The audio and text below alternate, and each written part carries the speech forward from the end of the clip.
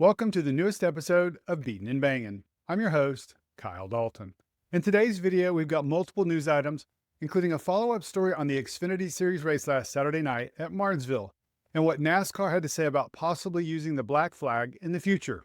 Larry McReynolds shares the two drivers he thinks will get their first career Cup wins like Josh Berry did at Las Vegas last month, and neither one of them are Ty Gibbs. And an announcement from NASCAR yesterday, the Darlington Raceway is now playable in Fortnite.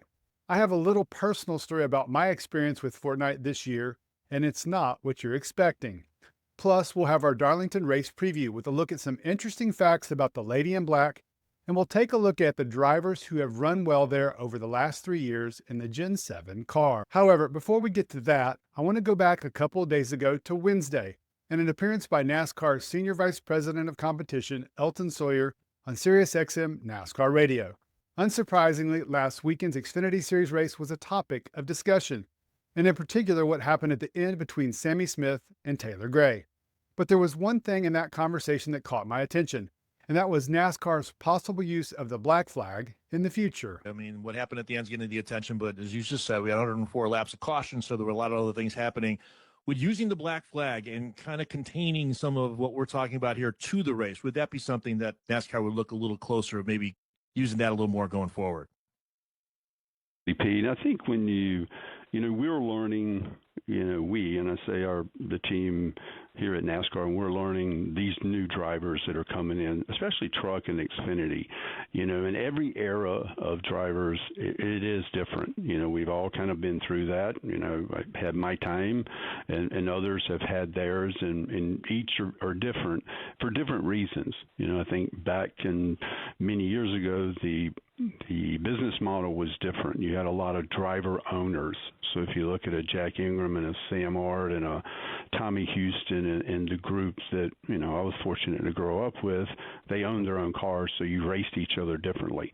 Today's world is different. We have drivers that have well-sponsored, and they come in and get in very good equipment. So I think that that learning process is just different in how they do that. And as the sanctioning body, we've got to make sure we got guardrails around that. And in those two divisions, as you alluded to, Pete, we will have to be a little more stern throughout the race. What happened on I'll back up the last 3 or 4 laps between Taylor and Sammy, and I thought they raced like they should race. They moved each other. That's NASCAR racing. They got into each other, kind of no harm, no foul. But obviously Sammy took it and crossed the line there on the last lap going into 3. But there was a multitude, again, of things that went on in the race, and we've talked about that, and we will address that with those guys this weekend, and we will act accordingly as needed. Sawyer said 2 things of note. We will have to be a little more stern throughout the race, and we will address that with those guys this weekend and act accordingly as needed. Listen, I'm hoping NASCAR does something, anything to stop this nonsense from happening in the future. Do I think they will? You've heard me enough on this channel to know that answer. But I'll actually answer that question with a question because it popped into my head yesterday. I know NASCAR would never admit to this if it was true, but I couldn't help but ask myself yesterday, if I went up into the flag stand at Martinsville last weekend or Darlington this weekend, is there even a black flag up there? I mean, seriously, do they even bring one to the track? And that led me to ask myself another question. When was the last time a black flag was displayed? Best I can remember, and I don't think it was even displayed, but it was 2 years ago at Martinsville in the spring truck race. Carson Hocevar was penalized for a couple laps for, ironically enough, wrecking Taylor Gray. So NASCAR has set a precedent. Imagine if they would have done that last Saturday night. Then all the talk about this topic this week never happens. All right, moving on to our next topic, and it's actually connected to our last one. You'll see what I mean in a second. Yesterday on SiriusXM NASCAR Radio, Larry McReynolds was talking about the upcoming race at Darlington, and his show co-host Alan Cavanna asked him who he thought would be the next first-time winner this year, like Denny Hamlin recorded his first win last week at Martinsville. America's crew chief misunderstood the question and instead talked about what driver he thought would earn his first career Cup Series win. How many races over the last 2+ years have we been pointing a finger at Ty Gibbs. He's the next first-time winner. I don't know that I can do that right now. You know, he's not had a top 10 finish going well back into 5 or 6 races last year. Right now, I would look at 2 drivers. I would look at Ryan Preece, who does have a 194 Cup Series start, I might add. And I think another one, Carson Hocevar. He only has 52 starts, but that 77 car's got speed. He and Luke Lambert, they seem like they're gelling. That's the 2 of those 10 that kind of jump off the page for me. As you can see, Hocevar's aggressive driving got him penalized in our first story, and now it's got him on the short list of candidates of who Larry Mack thinks will get their first career Cup win. Interestingly, Gibbs isn't the front runner anymore after his end to last season and start to this one. This weekend at Darlington, where Gibbs got his career best result last year in the spring race, finishing second, will be his 95th career Cup race. For Hocevar, it will be his 53rd. Moving on to our next story, and this one is going to take an odd personal twist. Yesterday, NASCAR announced on X that Darlington Raceway is now playable in Fortnite's arcade racer Rocket Racing. It joins Daytona, Talladega, and the Chicago Street Course as layouts you can play in the game. Being totally transparent, I've never played Fortnite. My daughter has, and she explained it to me in a little more detail a couple of months ago. Why, you ask? Not because I had any interest in playing the game, no, because one day in the middle of January, we had a piece of paper left on our front door.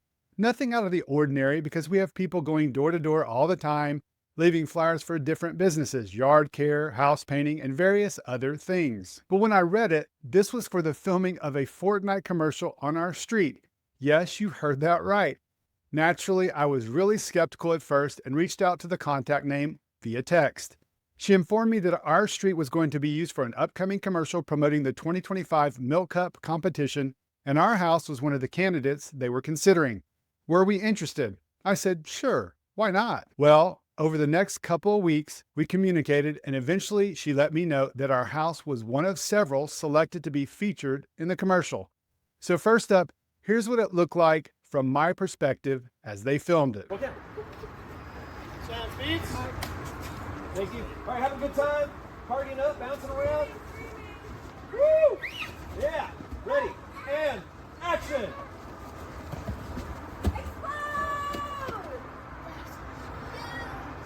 And now, here's the finished product.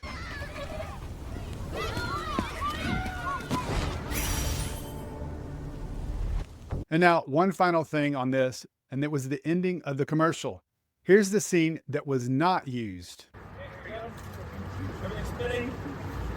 Ready, and action.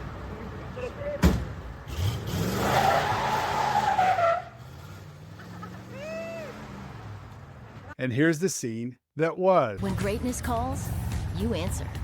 Get ready for the Milk Cup, the biggest women's Fortnite. Honestly, I hesitated sharing this with you guys because I didn't really know if it was relevant. But that post on NASCAR's X account yesterday was the little prod I needed to do it. All right, enough talking about video games, and let's shift our focus to the upcoming race weekend at Darlington.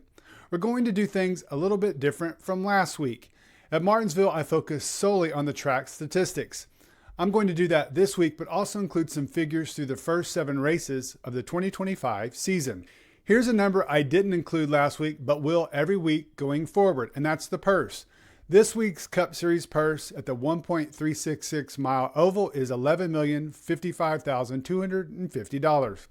This weekend marks the 128th running of the NASCAR Cup Series race at Darlington, and this season the track is celebrating its 75th anniversary, dating back to 1950. Toyota has won the pole for the last 4 Cup races at Darlington, tied for the longest streak at any one track. The Darlington record for the most consecutive poles is 5 straight by Mercury from 1975 to 77, a feat Toyota can tie this weekend.